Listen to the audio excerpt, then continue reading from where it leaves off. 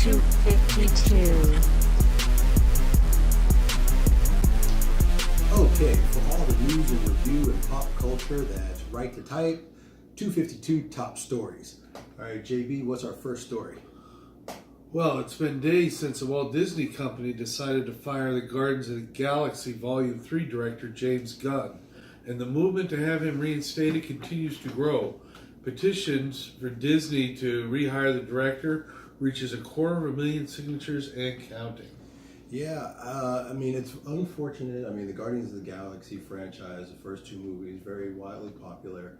The third one he was doing, and again, I know it's an old story, but the tweet was, it was like, what, 10 years ago or something like that, but it resurfaced, and I know it was something along the lines, I mean, like the one of the tweets was like, he was at a hotel and he was like, the water pressure is so low it feels like a 3-year-old is pissing on me. That's it? Yeah, and then he made another tweet about the good part about rape is when it's over, you don't have to think about it again. It's something along the line. It was very sardonic, kind of just tasteless jokes. humor. Yeah. And it wasn't like they didn't know already. Kind of like with the Roseanne Barr thing. They knew Roseanne, like when Disney hired her, they knew she had these tweets out there and she had this thing to do it. So when she did it again, they were like, okay, this is grounds for dismissal. Yeah. And I kind of feel like with the James Gunn situation, it was so long ago, and hell, we all were a different guy 10 years ago. Remember when we were passing around Truly Tasteless Jokes books? Yeah, exactly. And it's like, please God, don't nobody hold me accountable for that, what I did then. So, I mean, I understand, but then again, the selfish part of me is I really enjoy these Marvel movies too, and, you know, maybe the next guy, whoever it is, whoever does it, but again, I do hope that James Gunn does get another shot at it to complete his story. Yeah, that would be ridiculous to replace him now. Well, he's fired, so yeah. I mean, that happened. When you initiate sex in your sleep, things can get complicated. Sexomnia is a sleep disorder, which I actually have this. Really? Sexomnia is a sleep disorder in which people have sex or try to while unconscious. Also known as sleep sex or sleep groping, belongs to a category of sleep disorders called parasomnias. Parasomnias constitute a number of undesirable physical events or sensory experiences that happen when falling asleep, during a sleep, or waking from sleep. Kind of think sleepwalking, talking in your sleep, or sleep paralysis.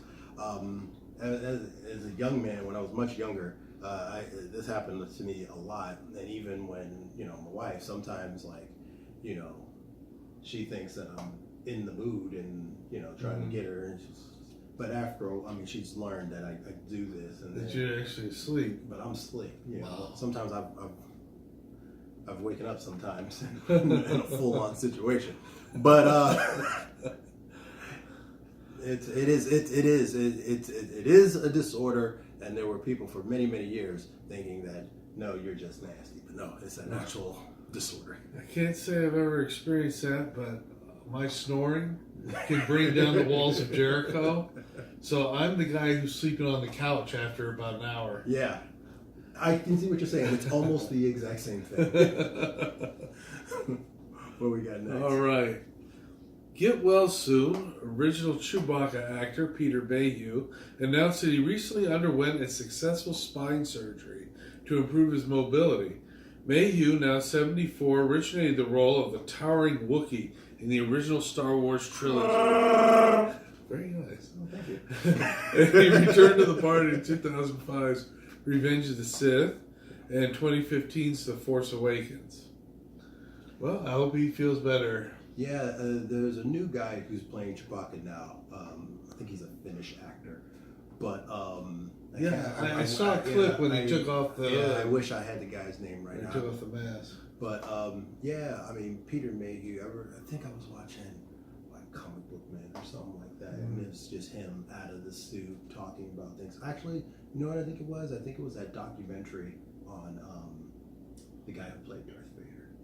Oh, David Prowse? Yes, how he was going through Yeah. his whole experiences and how they cut him. Like, he does all of these movies, and then right at the end, when they showed the reveal, they actually filmed it with him. Yeah. And then there was another one, but that obviously Sebastian Shaw, exactly. I saw that documentary. Yeah, and because then they were like, because they were very asking him, they were like, "Hey, what are you doing?" Because they're like shooting your death scene like over there, and he was like in the Darth Vader costume, like, "Wait, what are you talking about?" It was like, "Yeah, there's somebody else over there doing this thing." What blew me away on that documentary is when they said he first came up with the idea of Luke and Leia being sister and brother. He said, "Wouldn't that be cool?" Yeah. They have him on an interview. Yes. Like 1976, right after he made the movie, they interviewed him. He did come up with that idea first, though no one may have listened to him. No one may have listened to him, but they kind of was like, you know, the lore is that George Lucas has kind of like held a grudge against that because he was like, "No, that's not your idea. That was my idea. I had this, and you just did the biggest damn spoiler, you know, the whole thing." The first spoiler.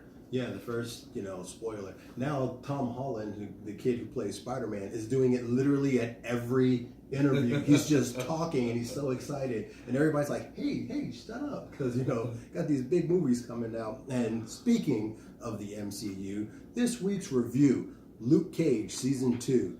Cage becomes a hero and celebrity in Harlem after clearing his name, only to face a new threat. Now they introduce a new villain, this guy, the Bushmaster, and I'm gonna have to tell you, I mean, I watched this series, and I challenge you to watch these Jamaican guys and not have the subtitles on the bottom. I know it's English, but damn it, if I don't understand a word that they're saying. It's like Honey Boo Boo bad. Oh man, it was rough, but I mean, I first I will say I very much enjoyed Luke Cage season 2. It was kind of corny at times. It was kind of overacted at times, but overall, I mean, with the music and with the storylines and stuff like that,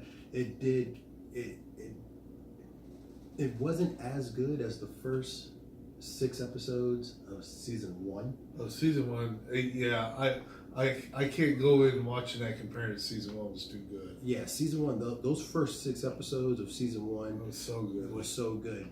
But the season 2, the overall, when you look at it, I mean, I really enjoy when they really take the time to really flesh out their bad guys. Mm-hmm. Even with Shades and Black Mariah, they give a lot of depth. So it's actually to the point where you really kind of care about the bad guys, sometimes even a little more than the hero. Yeah. You know, but there is a Godfather-like twist that happens, and I'm not going to spoil anything if you haven't seen it, but there's a part in Luke Cage where you're hoping for the heroes for hire. Oh, that's going to come soon, and then you have to sit back and you're like, I wonder if that's going to happen. Wow, I can't wait to watch it. I love the series. So this week is Johnny Blaze recommends. What? Yeah, who's that? What you recommending for the people this week? Today I'm recommending the movie People Like Us. It is a fantastic movie. It is on the day of its latest deal collapses. Fast-talking salesman Sam, played by Chris Pine. I like Chris Pine. I do too, and he was excellent in this movie. Receives news that his father has died. Reluctantly, Sam returns home to settle the estate of his father. In the course of carrying out a man's last wishes, Sam is surprised to learn of the existence of a 30-year-old sister named Frankie, played by the beautiful Elizabeth Banks. I do like her. As the sister and brother get to know each other, Sam must re-examine both his perceptions about his family and the life choices that he has made. They don't do like a Jamie Cersei Lannister No. Okay. All right. It doesn't mention it, but also Michelle Pfeiffer plays the mother, the widow. Okay. It's funny, it's touching, and it's engaging. I definitely recommend it. Okay. Well, sounds like so. And this came out what, 2012? A while ago. Okay. I do not know the year. Well, we will definitely keep that one on the books. So, I am Coowada Curt. That's my story, and I'm sticking to it. I'm JB. Please check out Vital Comics with my man AM if you get the chance. Subscribe. This is 252 News and Reviews, where you hear it first. 252.